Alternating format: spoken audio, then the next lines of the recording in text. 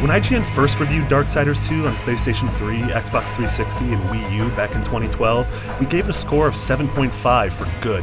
Here's what we said then. Darksiders 2 is a fun game with some excellent RPG elements, amazing boss fights, and an impressive scope. It's too bad that such glaring issues as prevalent glitches, a lack of puzzle or enemy variation, and subpar graphics bring the experience down. Still, if you're in the market for a fairly epic, M-rated adventure, Darksiders 2 offers a really fun time.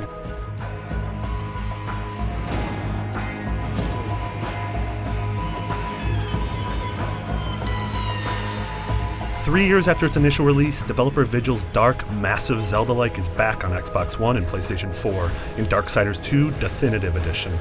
This current-gen remaster takes all of the puzzles, exploration, and loot-crazy action of the original game, packs in a wealth of DLC, and improves the whole package while running at 1080p and 60 frames per second, making it the best version of the game. That said, it's not necessarily worth revisiting for those who've already completed Death's Journey.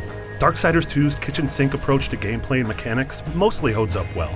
The combat is still very much inspired by God of War's light, heavy, and airborne attacks, and slashing my way through masses of creatures feels nice and responsive, especially with the upgrade to 60 FPS. The inclusion of all the DLC is a nice bonus, even if most of it is just a handful of new weapons and armor to add to your pile of hundreds that you'll gather throughout the loot-heavy adventure. Traversing across the colorful world on horseback and grabbing dozens of quests from a slew of fantasy tropes creates an effective, if not entirely inspired flow that makes the adventure feel like a single-player MMORPG.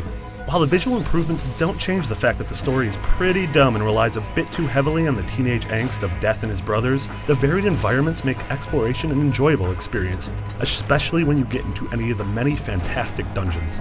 Yes, the dungeons are clearly inspired by The Legend of Zelda's, but they unfold in interesting and satisfying ways.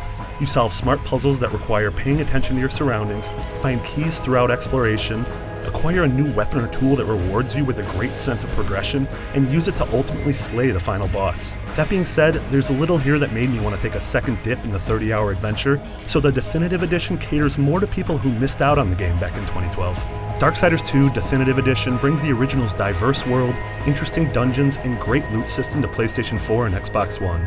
Sure, the story is dull and there aren't a whole lot of original ideas at play here, but the vast expanse of the adventure should please anyone who missed out on it the first time around. For more on Darksiders, stay right here on IGN.